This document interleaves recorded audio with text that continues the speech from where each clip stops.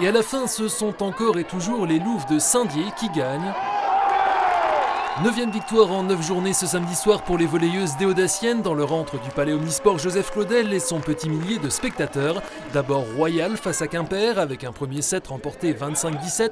Les protégés de Manu Dumortier ont ensuite bafouillé, notamment en réception, prenant peut-être à la légère une équipe bretonne incomplète. Les finistériennes, emmenées par l'ancienne Louve Ali Davenport, vont en profiter pour inverser la tendance et empocher les 2 sets suivants, 25-13, 25-16. Piquées au vif et plus précises, les Vosgiennes vont égaliser à 2 sets partout, 25-14, et seront tout aussi solides dans un tie-break pleinement maîtrisé. Victoire 3-2 et 2 points de prix. Quand on égalise à 2 partout, je dis les filles, déjà on a déjà gagné un point. Donc si on gagne ce match, c'est un super résultat. On sait ce que l'on ne doit pas reproduire, on ne doit pas mésestimer, on doit être à 100% à chaque fois, autrement on se fera marcher dessus et tout le monde veut nous arracher la tête parce qu'on est leader invaincu. Les Louves restent en tête de leur groupe avec 5 points d'avance sur leur premier poursuivant, Évreux, et donc parfaitement dans leurs objectifs pour les playoffs. Nous y reviendrons largement ce lundi soir dans l'émission Côté Sport avec la centrale Lisa Lecout. Premier acte du derby vosgien de National 3 samedi soir sur le synthétique du stade Armand-Léderlin où le Estaon Football accueillait l'US Raon l'étape, 2 équipes dans une belle dynamique. D'un côté en rouge, des Raonais qui restaient sur 4 victoires consécutives en championnat, en bleu des Taonnais invaincus toutes compétitions confondues et qui ont remporté ce derby haut la main. Le tournant du match est intervenu à la 37e minute sur ce corner et cette tête de Sébastien Lecohanet interceptée par Patricio Sancho. Le ballon est-il totalement rentré? La réalisation est en tout cas validée par l'arbitre malgré les protestations d'Omar Assidou et ses coéquipiers qui vont quelque peu perdre le fil du jeu et encaisser un second but dans le temps additionnel de la première période sur ce tir dévié de Rémi Michelutti, 2-0. Les Raonais se feront plus incisifs au retour des vestiaires à l'image de cette frappe de Kebasila repoussée par Antonin Parisot. Mais ce sont les Taonnais pleins de réussite qui vont inscrire le 3e but scellant l'issue du match grâce à cette reprise du défenseur Tom Condi, déjà buteur face au FC Sochaux. Bien servi par Victor Didier-Jean, Mohamed Komara esselé passera la dernière couche à la 77e minute. Les dernières offensives raonaises ne donneront rien. Victoire de l'ES Taon, 4-0. Je pense qu'on a maîtrisé le match de la première à la dernière minute. On a su se rendre le match facile en marquant assez rapidement, même si on s'est créé des occasions auparavant. Mais je pense qu'il n'y a pas photo. Et puis voilà, on a montré que le classement n'était pas anodin, quoi. On mérite notre 2e place. C'est vrai qu'on a eu une belle série de 4 victoires qu'on souhaitait poursuivre, évidemment. Maintenant, notre saison ne s'arrête pas là.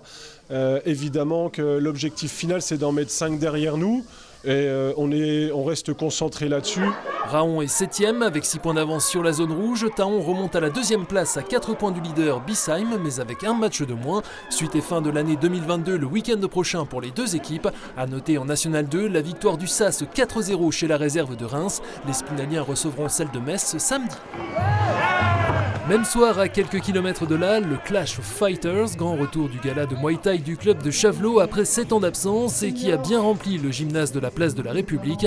Une douzaine de combats étaient au programme, avec sur le ring des combattants chavelotais, à l'image ici en rouge de Mourat Dermican qui a remporté son duel face au Meurthe-et-Mosellan Léo Marchal. De même plus tard dans la soirée pour Daniel Crost, ici à l'échauffement. Nous y reviendrons plus largement ce lundi soir dans l'émission Côté Sport.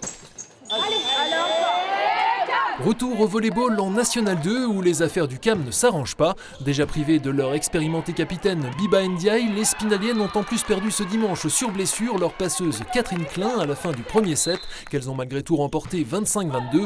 Un fait de jeu qui a légitimement déstabilisé les joueuses de Nourdine Bounasser qui se sont inclinées 3-7-1 face à Belfort, promu adversaire direct pour le maintien. Le CAM est dans la zone rouge à 3 points du premier non relégable. A noter en N3 la victoire de l'AS Girardmer 3-0 à Ruelisheim. À suivre pour les Géromois la Coupe de France samedi prochain à domicile avec un derby face au SAS Volley pensionnaire d'élite supérieur de 2 divisions et qui s'est incliné 3-2 ce week-end à Conflans-Andrézy. Toujours en Sport-Co, à noter la défaite des garçons d'Épinal Handball 28-34 face à Cernay-Vadevillers, la 4e consécutive. La troupe de Francis Mattioni et Hervé Jochin, privée de son meilleur buteur, Pierre-Jean Bedon, blessé, reste avant-dernière de sa poule de National 2, reprise fin janvier. En N1, large défaite des Spinaliennes de 38-23 chez la JDA Dijon. Elles accueilleront Rueil, un concurrent direct pour le maintien, samedi prochain. Enfin, ce week-end, il y avait également du cross-country avec la traditionnelle épreuve du COHM autour de la base de loisirs de Saulxures-sur-Moselotte en petit comité. Ici à l'image, une bonne trentaine de concurrents sur l'épreuve masculine où l'athlète bresso Hicham Herbibi, vice-champion de France cadet de la discipline, également vice-champion d'Europe et recordman de France du 2000 mètres steeple, a offert une véritable démonstration de ses talents. Pour sa première année chez les juniors, il visera une nouvelle participation au championnat d'Europe à Jérusalem, désormais sur 3000 mètres steeple. Sans concurrence également chez les seniors, c'est le Mircursien de l'Athlé Vosges Anthony Léon qui s'est imposé. Prochain cross-country en 2023, le 8 janvier, avec les championnats des Vosges à l'Épanche-sur-Vologne. Plus d'images et de résultats ce lundi soir dans votre émission Côté Sport, avec donc Lisa Lecouls, centrale des Louves de Saint-Dié, Nabil Bricat, président du club de Muay Thai de Chavelot, sans oublier Valérie Tuaillon de Vosges Matin. Première diffusion à 19h.